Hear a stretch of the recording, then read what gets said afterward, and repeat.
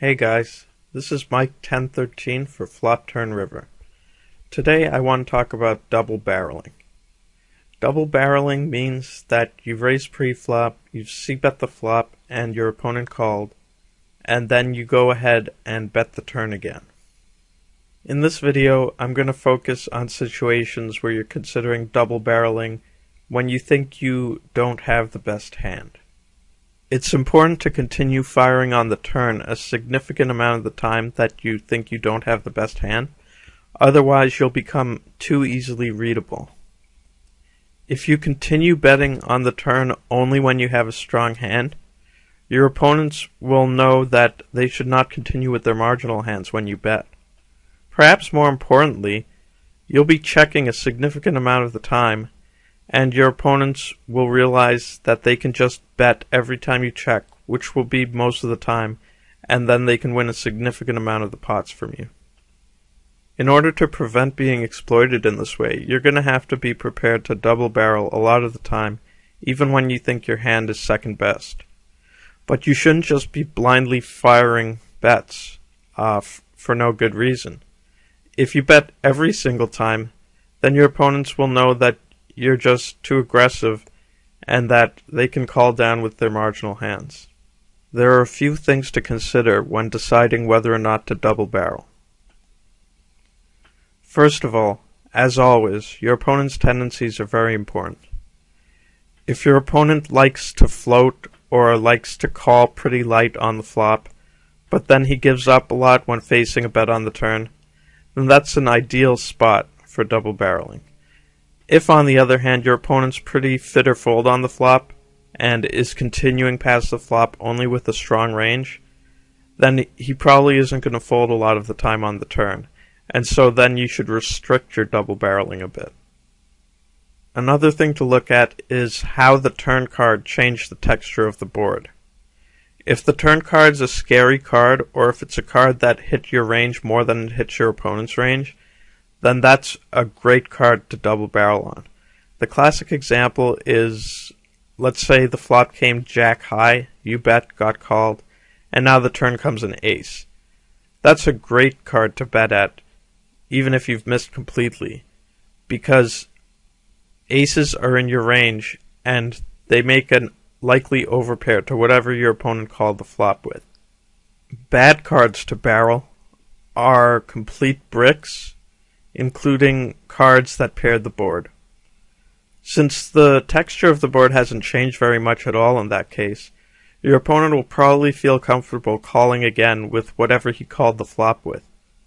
There are exceptions, and it's very opponent dependent, but usually brickish cards are not good cards to bet at when you're looking to get folds. Finally, you have to consider the equity that you have in the pot. The turn card can often give you additional ways to improve, either by bringing in your backdoor draws, or perhaps giving you a gut shot or an open-ended straight draw. Some double barrels that would not be profitable based on fold equity alone become pretty profitable when you combine the fold equity with the chance that you may make the best hand, and therefore win the pot. Let's take a look at a few example hands to see how these principles play out in practice. Alright, so let me explain my HUD stats here. The first number is VPIP, second number PFR, and on the next line we have C-bet and fold to C-bet. And those are really the only stats we're going to be needing today. So let's get started. This first hand happens at a 25 NL full ring table. And we have King 10 off, it folds to us, we raise, the button calls, and over a small sample he looks pretty loose and passive and generally just like a fish.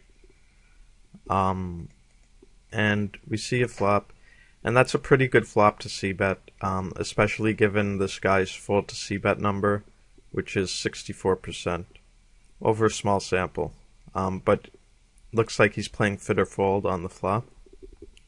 So we go ahead and c-bet, he calls, and the turn comes. Now, that turn doesn't really change anything about the board, I think.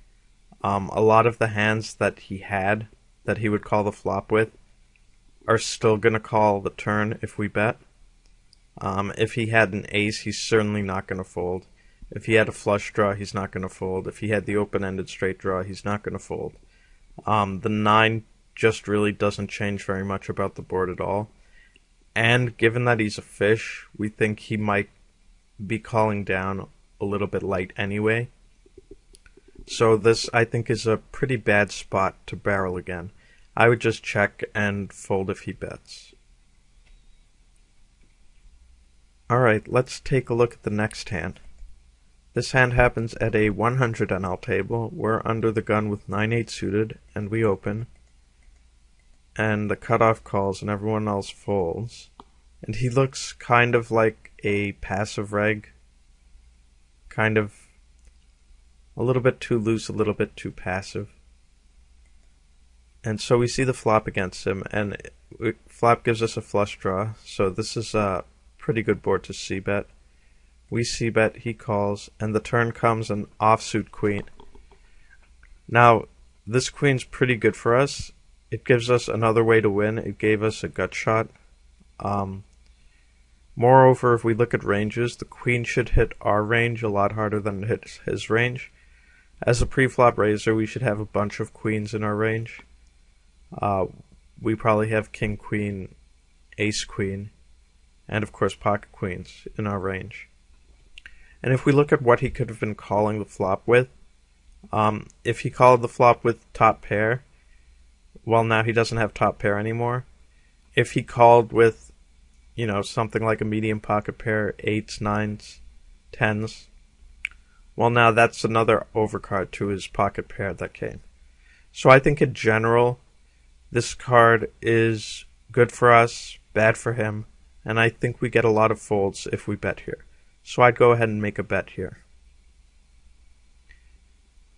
Thanks for watching, you guys. Good luck at the tables. Later.